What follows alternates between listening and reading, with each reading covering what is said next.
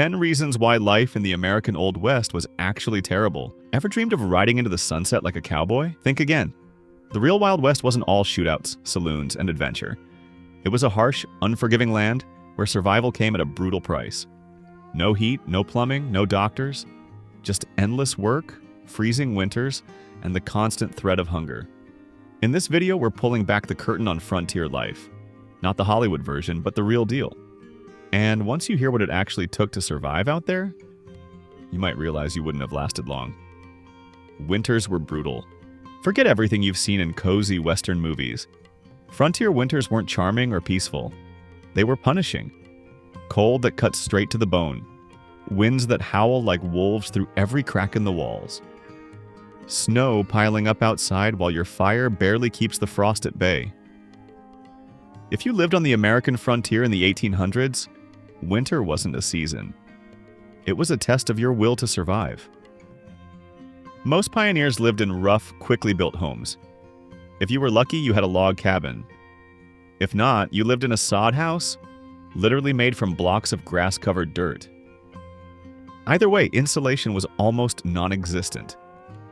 Cold air rushed through the walls, and when the temperature dropped, and believe me it did, it felt just as cold inside the house as it did outside. Keeping warm wasn't just about comfort, it was life or death. You needed a fire burning day and night. That meant chopping and hauling massive stacks of wood before the first snowfall. And if you were out on the Great Plains where trees were few and far between, you had to get creative. That's where buffalo chips came in. Dried buffalo dung. It sounds gross, but for thousands of families, that was their main fuel source. It smoked, it stank, and it didn't throw off much heat. But it was better than nothing. Fireplaces back then weren't efficient either. Most heat went straight up the chimney, so people bundled up in layers, shawls, cloaks, anything they had, and huddled together to share body heat. The floors were packed dirt, windows were often just holes covered with animal hide or paper, and roofs were notorious for leaking. When snow melted or storms rolled in, you might wake up wet, shivering, and sick. And illness? That was the real danger. A common cold could turn into pneumonia fast. Hypothermia was always a risk, especially for children and the elderly. There were no nearby doctors, no urgent care, no antibiotics, just hope, prayer, and whatever homemade remedies you could scrape together. Even cooking was a battle. Water froze in the bucket, bread dough wouldn't rise, and canned goods sometimes burst from the cold. Winter stretched on for months, and every day was about keeping the fire going, rationing food, and praying the snow didn't collapse your roof. Housing was inadequate. When people think of pioneer homes, they might picture a snug little cabin in the woods, smoke curling from the chimney, rocking chairs on the porch, maybe a fresh pie cooling on the windowsill. That image couldn't be further from the truth. Out on the frontier, housing wasn't comfortable, cute, or even safe.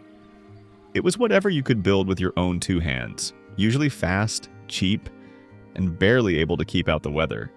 The government offered land through programs like the Homestead Act, but there was a catch. Settlers had 5 years to prove up their claim.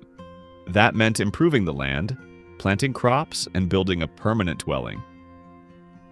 Problem was, most families arrived with almost no money and very few tools. Buying supplies was tough. Hiring help? Out of the question.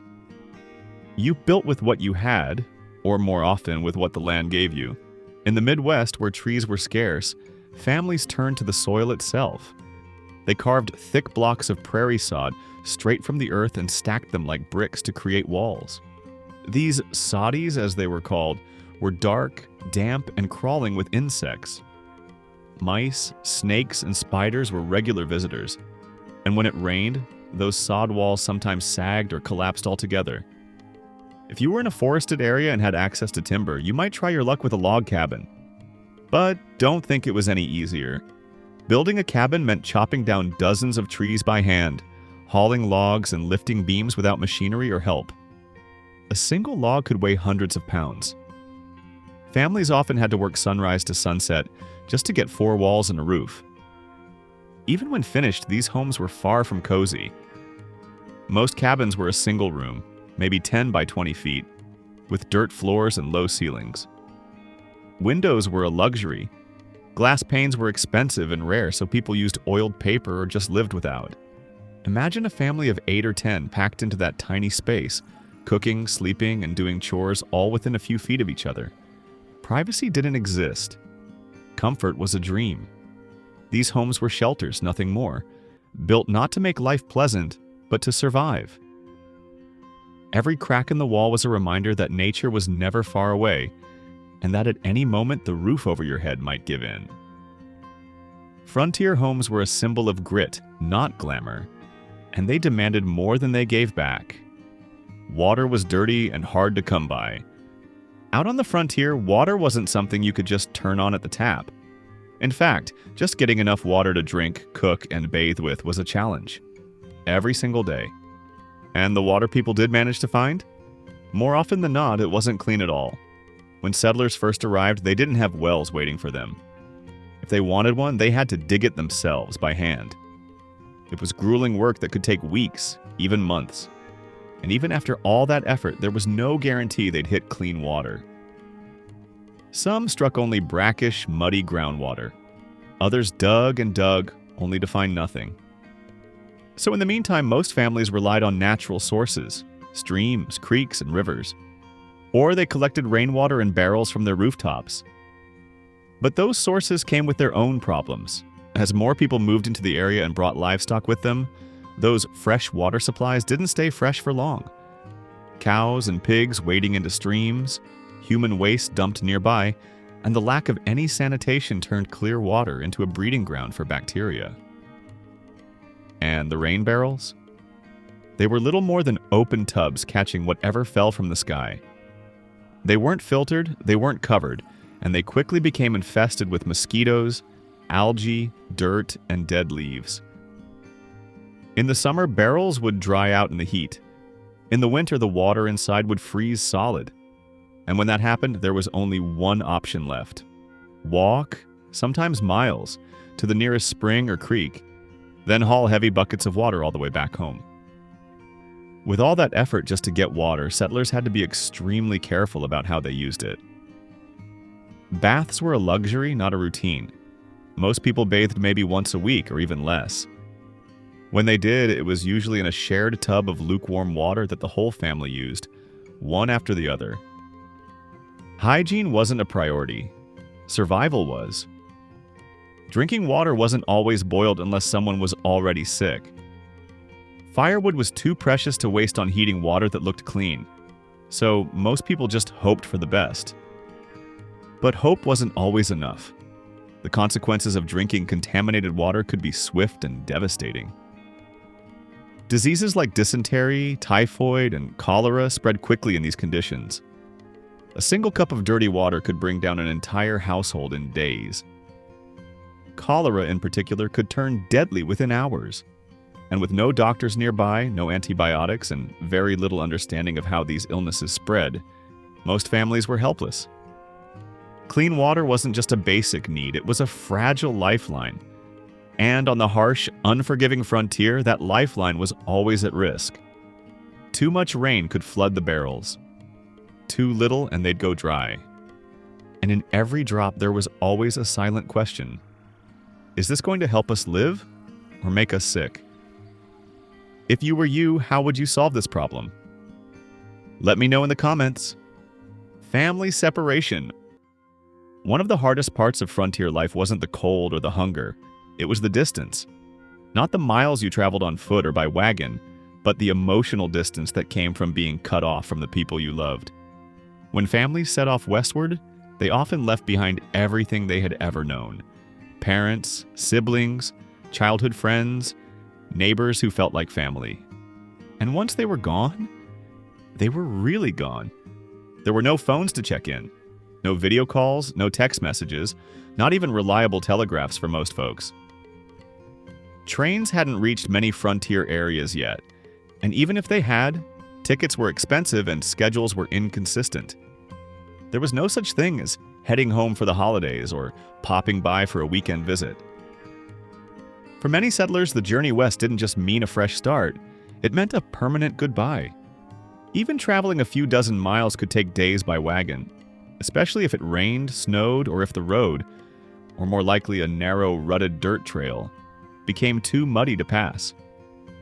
There were rivers with no bridges, hills with no real path, and wheels that could snap or sink into the ground without warning.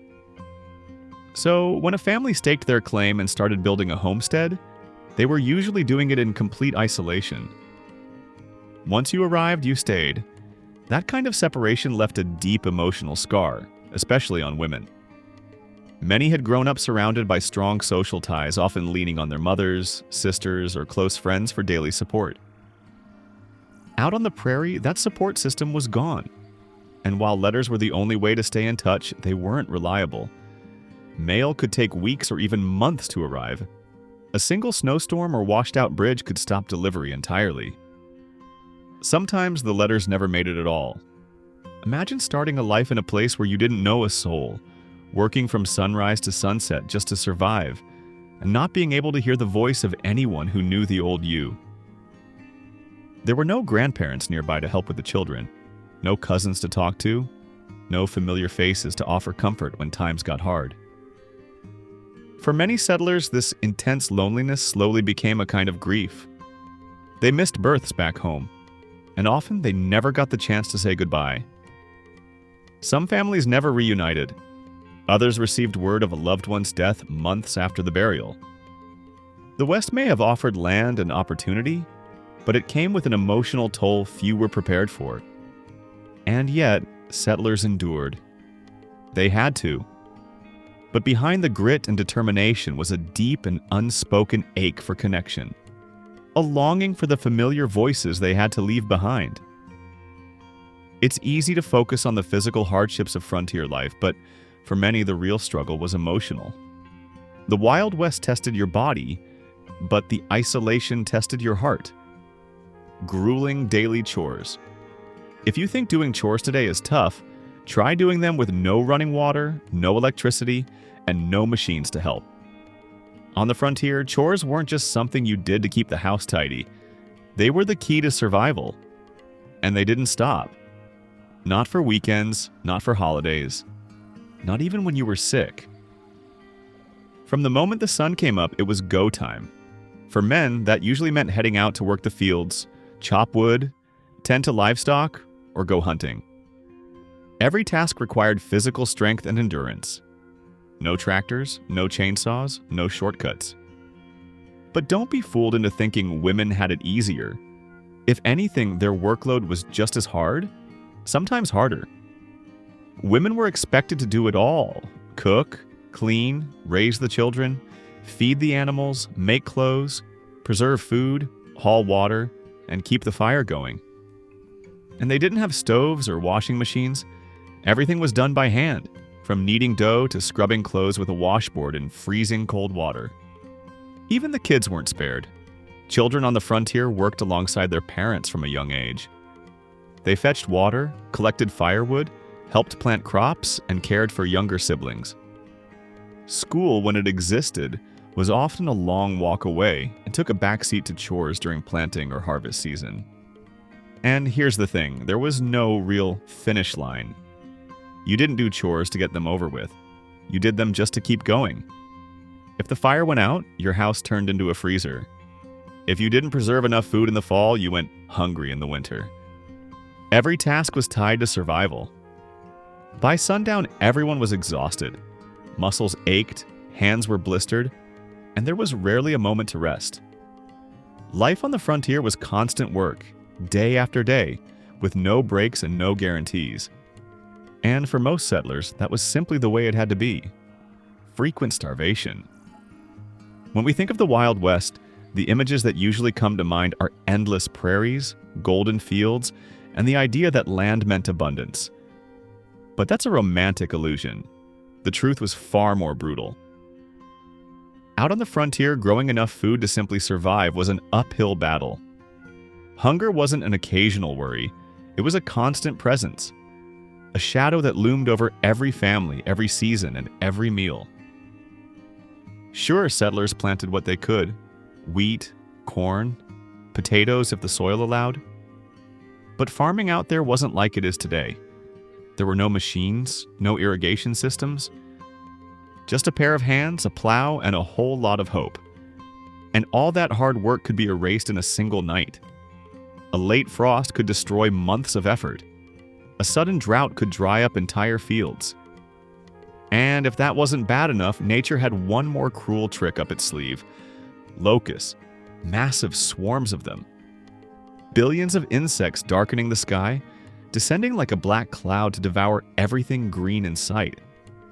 Crops vanished in hours. It didn't matter how well you'd planned or how hard you'd worked.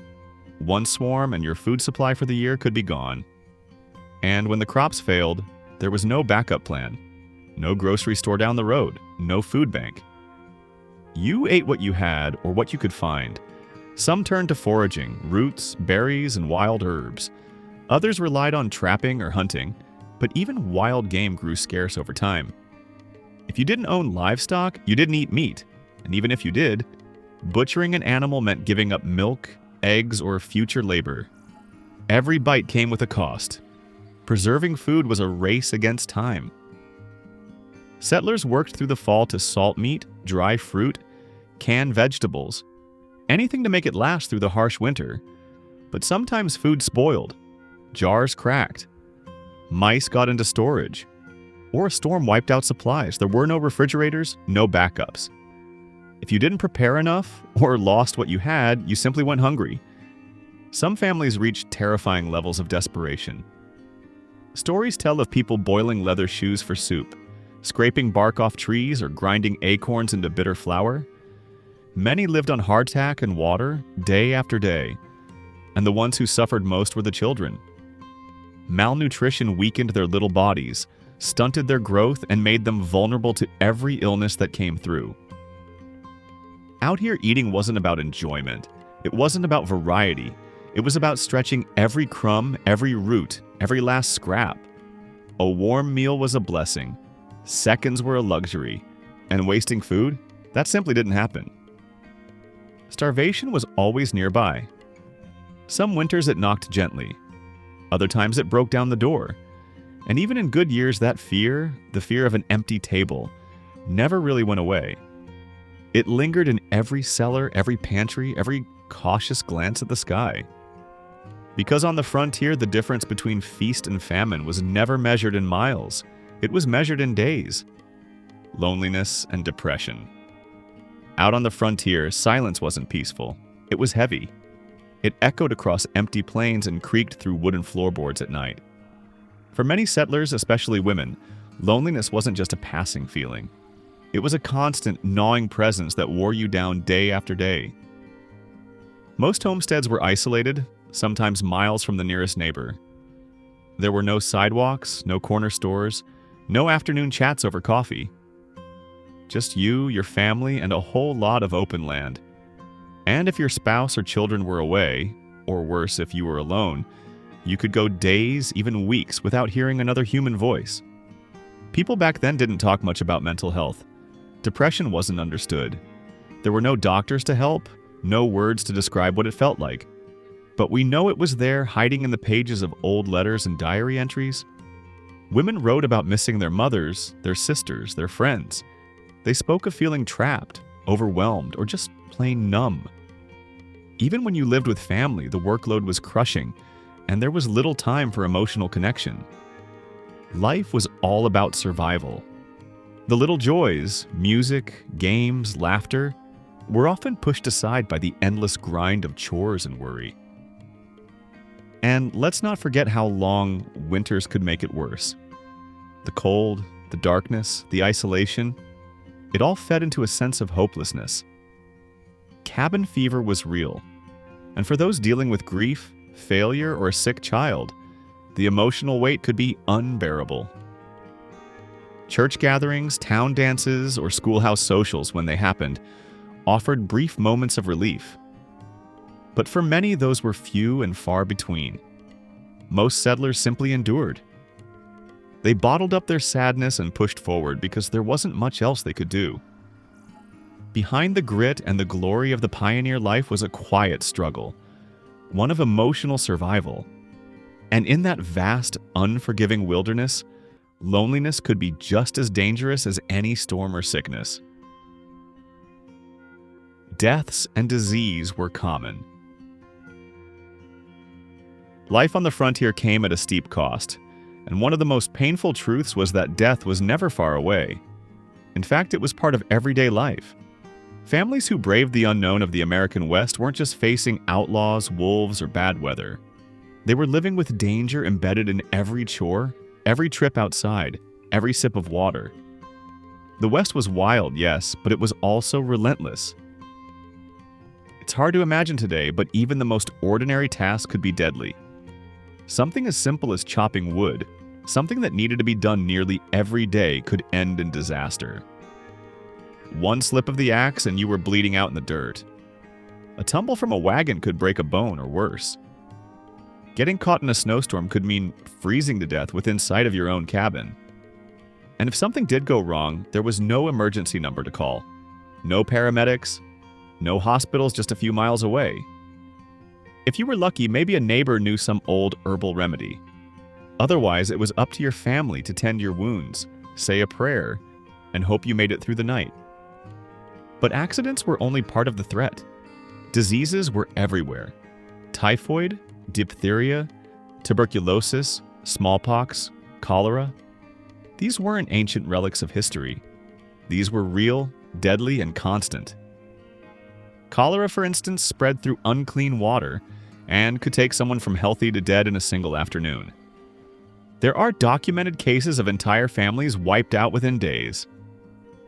Sanitation on the frontier was, to put it gently, almost non-existent. Water was pulled from rivers, creeks, or wells, often the same places livestock drank and bathed. Food was preserved as best it could be, smoked, salted, or canned. But spoilage happened often. And if you got a cut that got infected, there were no antibiotics, no sterile bandages, no surgeries. What started as a scratch could end in sepsis and death. Children were especially at risk. Many didn't survive past age 5. Parents mourned silently and often. Babies were buried in the backyard, in graves marked with wooden crosses that eventually faded with time.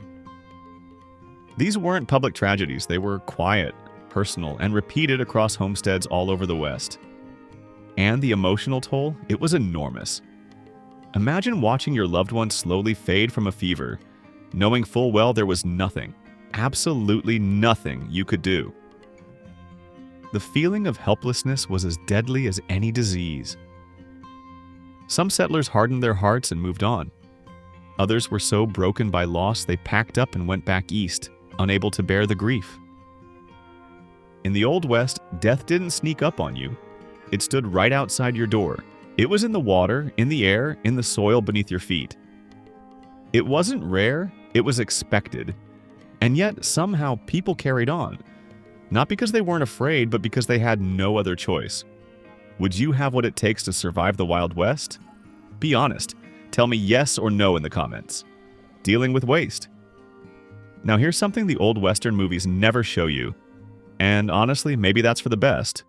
But it's a real part of frontier life that no one could escape. Waste. We're talking human waste, animal waste, garbage, dirty water. The not-so-glamorous side of everyday living in the Wild West. There were no toilets, no sinks, no garbage pickup. Every single bit of waste had to be handled by hand. And let's just say it wasn't a clean job. For most families, the bathroom was nothing more than a wooden outhouse tucked behind the home. It was usually just a hole in the ground with a crude structure built around it. No door locks, no lights, no water, of course, and definitely no toilet paper. Instead, people used whatever they had on hand. Corn cobs, dry leaves, grass, even pages torn from old catalogs or newspapers. In winter, the outhouse was freezing cold, an icy box where you hoped to be in and out as fast as possible. In the summer, it was hot, humid, full of flies, and almost unbearable to enter. The smell alone could knock you off your feet. Still, this was the norm. And for those too sick to walk outside or too afraid to go out after dark, there were chamber pots, essentially buckets or bowls tucked under the bed. And guess what? Someone had to empty them every morning. That job usually fell to women or children, who carried the contents outside and dumped them far enough away to avoid the worst of the smell, but not so far that it became a trek. You can imagine how pleasant that chore was. When it came to trash, things weren't much better. Food scraps went to pigs or chickens if you had them, but everything else, rotten meat, broken tools, ripped up clothes, got either burned, buried, or tossed into what was basically a growing garbage heap out back. Over time, those piles attracted rats, flies, maggots, and disease. Then there was wastewater. Bathwater, on the rare occasion anyone actually took a bath, was dumped straight into the yard. Same with dishwater, laundry rinse, or anything else considered dirty. With no sewers or drainage, waste just soaked into the ground around the home. And in summer, that stench didn't just hang in the air, it became part of daily life. All of this unsanitary conditions, exposure to waste, contaminated water, played a huge role in the spread of illness. Typhoid, cholera, dysentery, they didn't just appear out of nowhere. They lived in the environment settlers created without realizing it. The people of the frontier weren't dirty by choice. They were doing the best they could with what they had. But without proper plumbing or modern sanitation, they lived in constant battle with the side effects of their own survival. When people say life in the Wild West was rough, this is exactly the kind of thing they mean. Native American attacks. One of the most feared and most misunderstood aspects of frontier life was the threat of conflict with Native American tribes.